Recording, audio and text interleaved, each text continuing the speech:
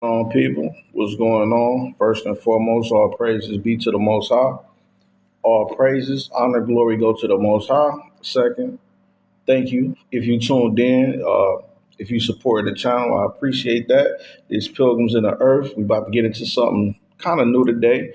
Um, of course, you got all the globalists, you got the Illuminati, Bill Gates, all the reptilians and the demonic entities and all that government, even your government, but mainly rich people, billionaires, they're preparing for something. And I just want to get into, what do these people know and what are they preparing for? And are we prepared? But check this video out. Check this out.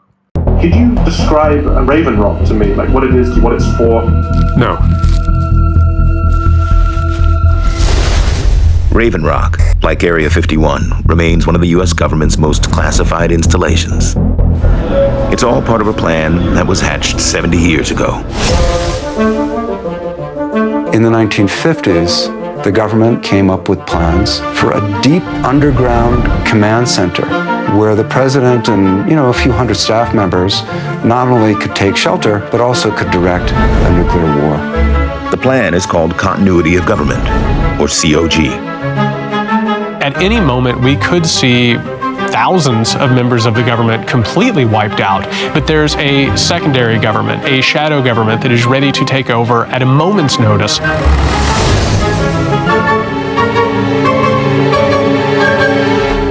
Raven Rock is an underground backup Pentagon. It's the most unbelievable place you can imagine. You're 768 feet below the surface. Don Camel spent 3.5 years at Raven Rock as part of the president's communication team. He's never spoken on camera before about his time working in the secret bunker.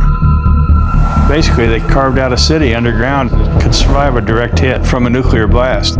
After you go through the security, you walk in and it's basically an underground tunnel.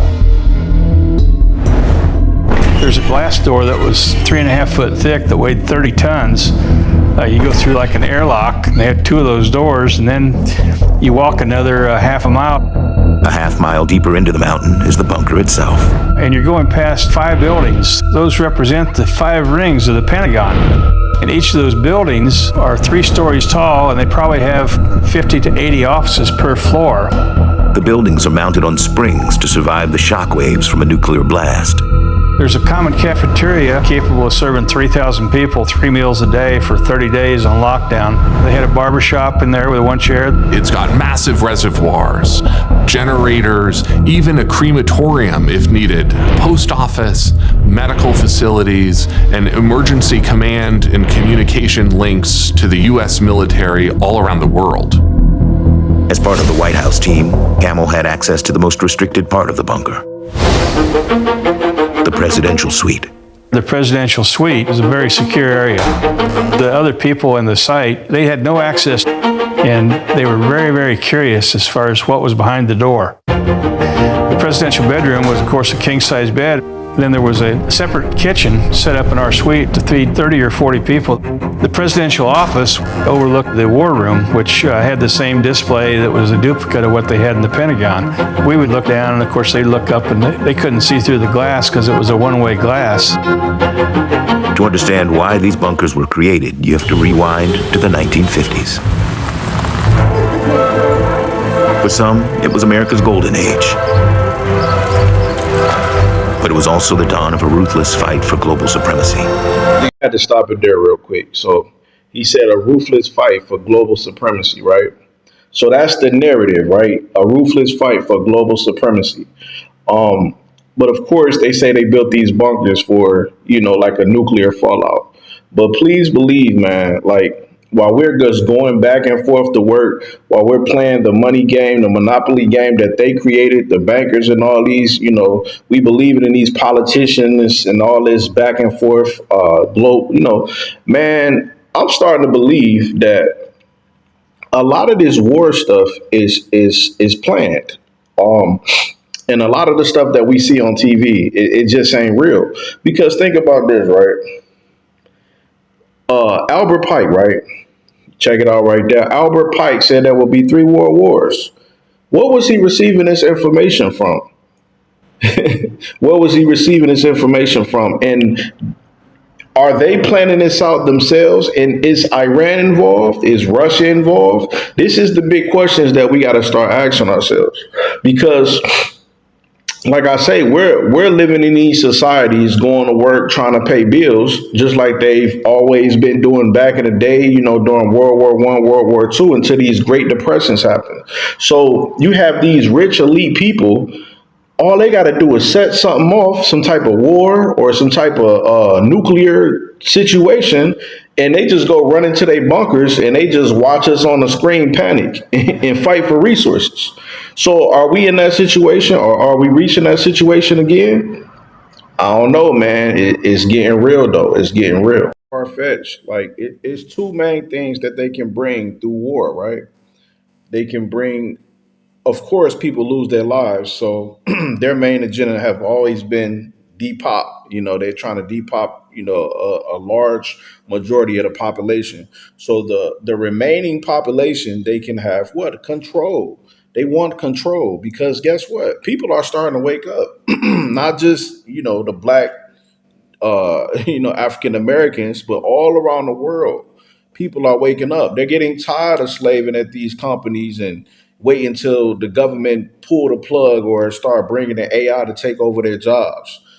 People are understanding like this is one big game, but also they see our people waking up. That's the difference.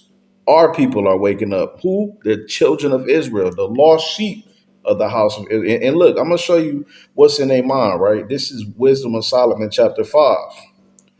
Then shall the righteous man stand in great boldness before the face of such as have afflicted him, and made no account of his labors. So we've been slaving for these people for so long. We've been asking for reparations. I mean, what is reparations for? you know, what is reparation? Let's just say the African American community, right? Let's just say what they say, like 4 or 5 million people. What is it to pull maybe a couple billion up out your pockets? They giving that out to Israel. But anyway, verse 2. When they see it, so when they see us standing in great boldness before them, they shall be troubled with terrible fear, and shall be amazed at the strangeness of his salvation, so far beyond all that they look for. And they, repenting and groaning for anguish of spirit, shall say within themselves, this was he whom we had sometimes in derision, and a proverb of reproach. So they was looking down on us the whole time, looking down on us like we was nothing. This is the people who we was treating like animals. You get what I'm saying? We fools accounted his life madness, and his end to be without honor. How is he numbered among the children of God? But check this out. This is what they're trying to do, right? Verse 9. All those things are passed away like a shadow, and as a post that hasted by.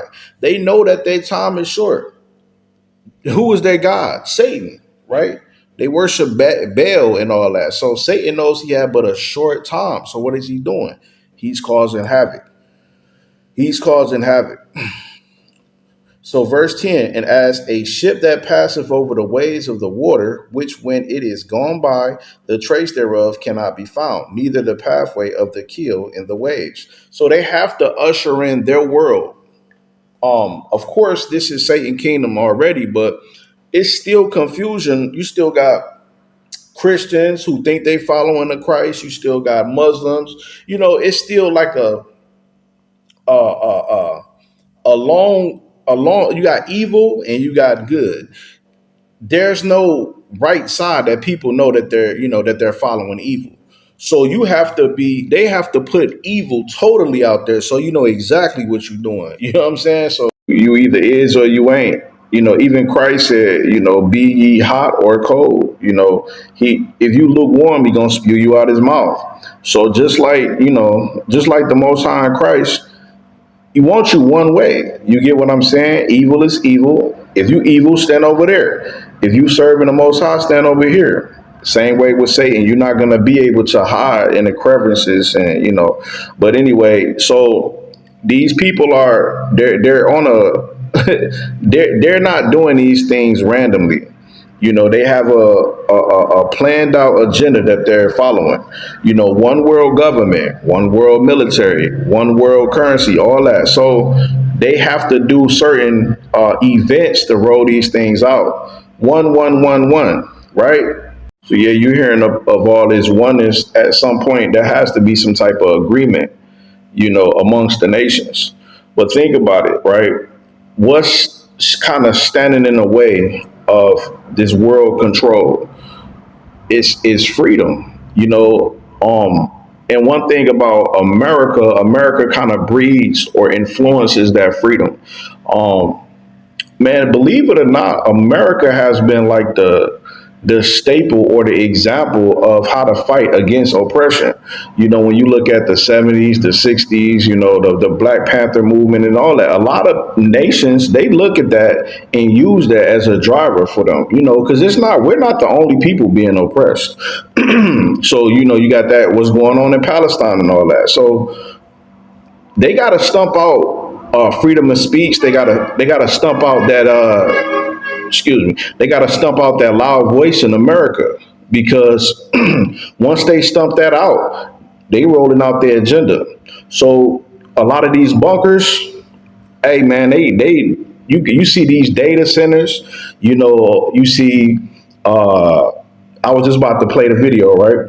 You see a lot of these data centers, you see a lot of these farmers warning like, hey, the water sources is running low. This war is going to cause food sources to run low. So guess what? It showed in the video that they got food down there and everything. So they'll be in these bunkers just chilling. But check this out. First tonight, the stock market is tanking while fuel tanks run dry. America's war on Iran is now being felt across the globe and the global economy, as well as here at home. The federal government says there is no reason for anyone to panic. However, farmers say fuel shortages are already restricting their ability to get fresh produce to market. National Affairs editor Hugh Riminton begins our coverage. The first smell of gun smoke didn't rattle the markets too much, but now the nerves are shot. Almost $120 billion wiped from the ASX this morning. The market down 7% in less than a week.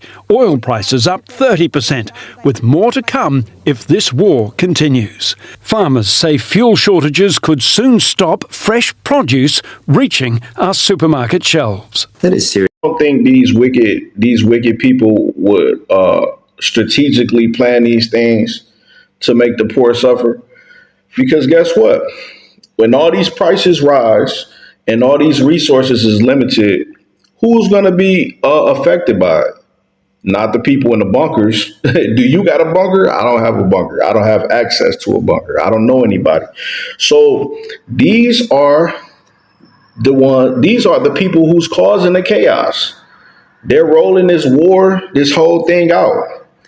So, of course, there's going to be limited resources to cause complete chaos. Meanwhile, while rolling out the draft to maintain population numbers, right? Maintain population numbers. How they going to do that? Through the war. There's going to be a draft. There's a draft coming. A lot of people are going to lose their lives. A lot of young men, unfortunately. So, and also after that, so after you maintain population numbers, they're going to be starting up conflict among citizens, right? Because when you have Israel versus Palestine, or this, all these things that's going on, all this genocide that's going on, you're going to have a lot of people speaking out. So then they're going to start demonizing Americans. Demonizing America. Oh, you said this on social media. You're anti-Israel, or it's anti-Semitism. What do you think they building all the prisons for? What do you think they building all the prisons for? So after that, you starting up conflict amongst the citizens on who's pro-Israel or who isn't, to demonize them as an imposing threat. They're going to have all the domestic terrorism narratives and all that. And through all of that, you're going to breed evil. The world is going to grow so evil that people are just going to give up their faith altogether. So now you've raised up this great evil army against who? The real believers of Christ. a war against the true believers of Christ, the people who can't just be happy or satisfied with this evil world, the people who just gotta constantly keep speaking against it, right? Because it's gonna be clear who are the real. Now watch this. 2nd Esdras chapter 16. 2nd Esdras chapter 16 verse. Let me start at 72. And this is how you know they're gonna start to tap our pockets.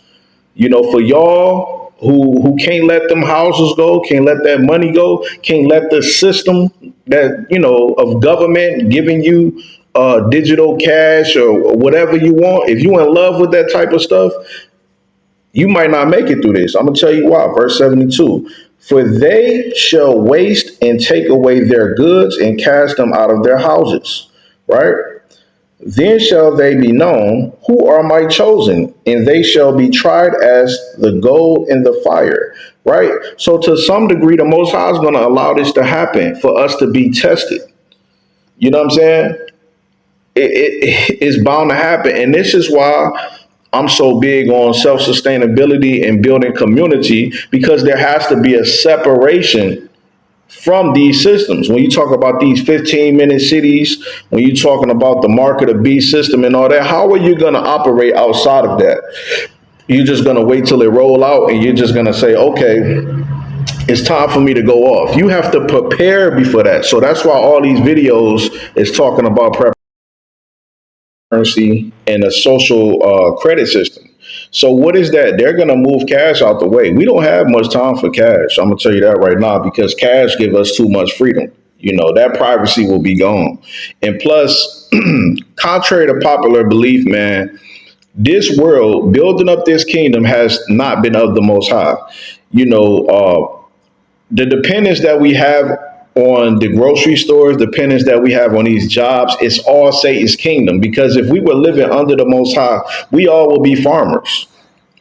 Yeah, we all will be farmers. We will be living off the land, and we will understand that every month will be dedicated to, you know, depending on what the Most High gives us, from the sun, you know, to the rain, all that. We don't even think about that no more. So what system will take you away from all that? It's all under Satan. So he's going to roll out this digital allowance system. So now you'll be strictly focused on worshiping the beast to receive your monthly what you need for the month, your resources.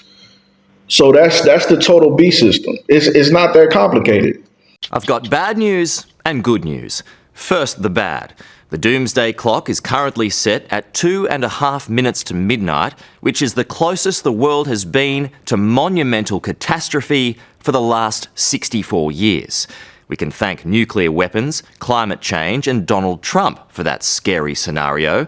But the good news is, it's not too late to protect yourself against the looming threats. And there are plenty of so-called doomsday preppers doing just that. They're building bunkers and bolt holes and filling them up with everything they need to withstand the disintegration of civilization.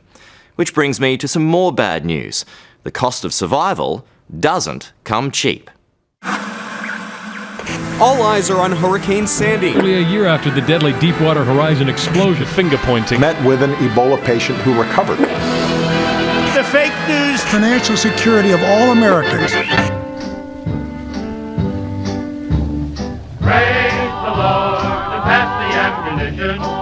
In a remote and dusty pocket of Kansas, also known as Tornado Alley, I'm heading to a place that's much more than shelter from a storm. Good morning. Good morning, sir. Peter Stefanovic here from 60 Minutes. I've got an appointment with Larry. Okay. Beyond this point, you're subject to search, so I just want to make you aware of that. So we'll give him a call and let him know that you're here. Thank you. Heavy security forms the basis of this survivalist compound. A luxury bunker for the super rich who are convinced catastrophe is just around the corner.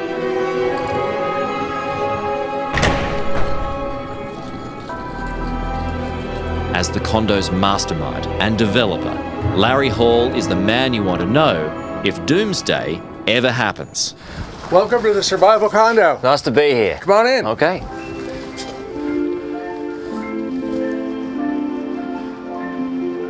You must get some pretty interesting theories about what this place is, right? Oh yeah, we've heard it all. We've heard that we're doing alien autopsies here. We've heard that we're doing genetic research here. We've had all types of theories. So this is not Area 51? There's no UFO sightings around here? Nope, a little further west for that. A little further west. It mightn't look like much from the outside, but inside is a completely different world. This disused missile silo is now home to a virtual underground palace that drops 15 stories deep. Going down. We're gonna go from 1 down to 15, and that's 201 feet to the bottom. As Dorothy said to Toto in The Wizard of Oz, I have a feeling we're not in Kansas anymore.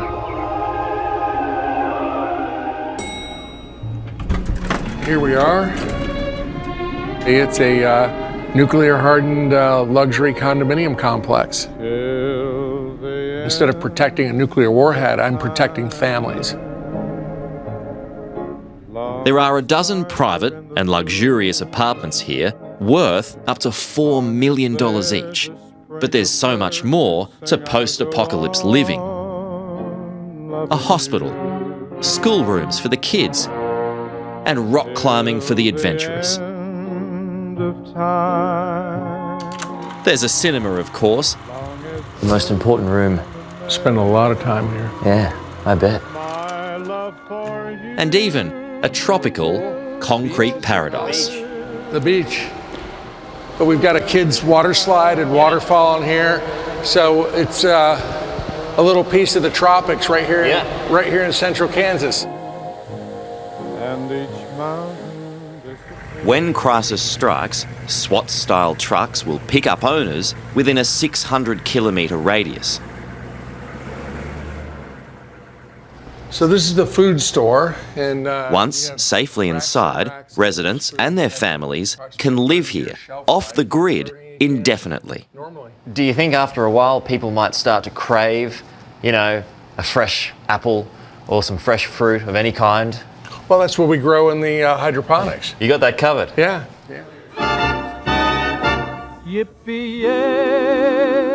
The facility is fully stocked with weapons and ammunition.